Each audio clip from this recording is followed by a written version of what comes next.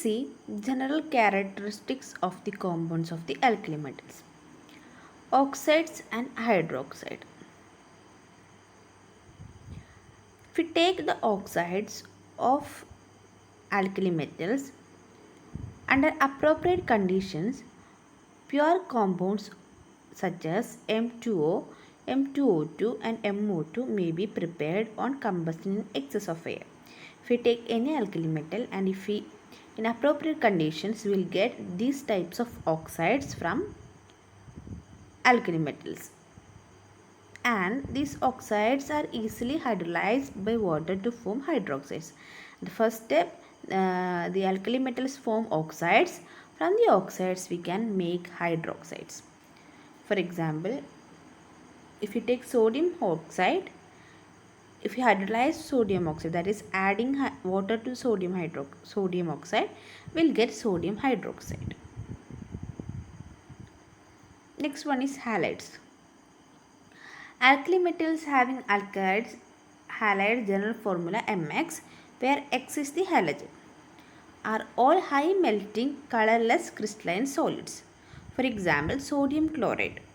They can be prepared by the reaction of the appropriate oxide, hydroxide or carbonate with the aqueous hydrohalic acid. When we treat the oxide or hydroxide or carbonate of alkali metal with hydrohalic acid, we will get halides.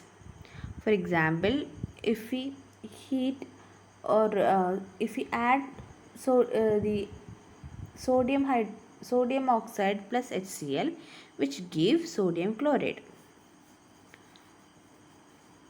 and the melting and boiling points always follow the trend, that is fluoride, chloride, bromide and iodide, and all the halides are soluble in water.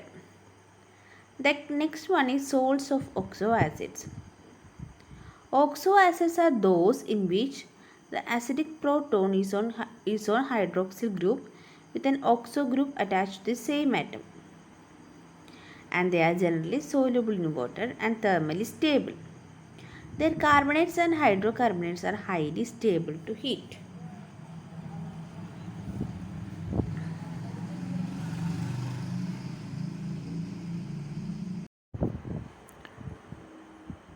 A very important test to distinguish between alkali metals are the flame test. In inorganic salt analysis, we are using flame test in order to identify alkali metals. When alkali metal reacted with HCl, and if this one shown to the flame, it will give characteristic colors to the flame. This is known as flame test. And if we conduct the flame test for lithium, we will get crimson red, sodium we will get yellow, potassium will get violet, rubidium will get red violet, and cesium will get blue color. These are the characteristic colors of the alkali metals. And if you take the alkali metals, the first element that is lithium is showing different properties from other alkali metals. Lithium having high melting and boiling point compared to other elements, and it is least reactive but a strongest reducing agent, and it is deligent and crystallizes as a hydrate. No other alkali metals showing this property. And lithium hydrogen carbonate is not obtained in the solid form, and lithium forms no ethanide, and it forms lithium nitrate, and it heated from lithium oxide, where all other alkali metals nitrate decomposes to give a corresponding nitrite, whereas it gives lithium oxide. And lithium fluoride and lithium oxides are comparatively much less soluble in water, and they are soluble in organic solvent. These are the different properties shown by lithium from other alkali metals. Why it is showing such property? Compared to other alkali metals, it is showing anomalous properties because it's showing similar properties with group 2, the element in the group 2, that is magnesium.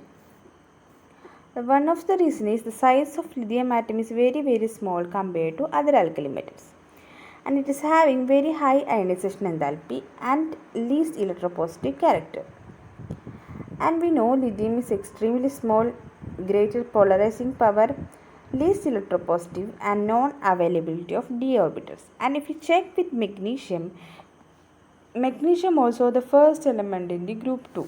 So it is also having small size, high polarizing power, least electropositive character, and non-availability of d orbitals. This relationship between lithium and magnesium is known as diagonal relationship. The elements of S and P block exhibit diagonal relations. On moving diagonally across the periodic table, the elements show certain similarity. That is, lithium and magnesium showing certain similarities such as beryllium and aluminum also showing similar properties.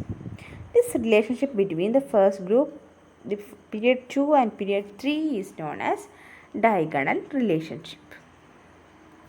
These all are about alkali metals.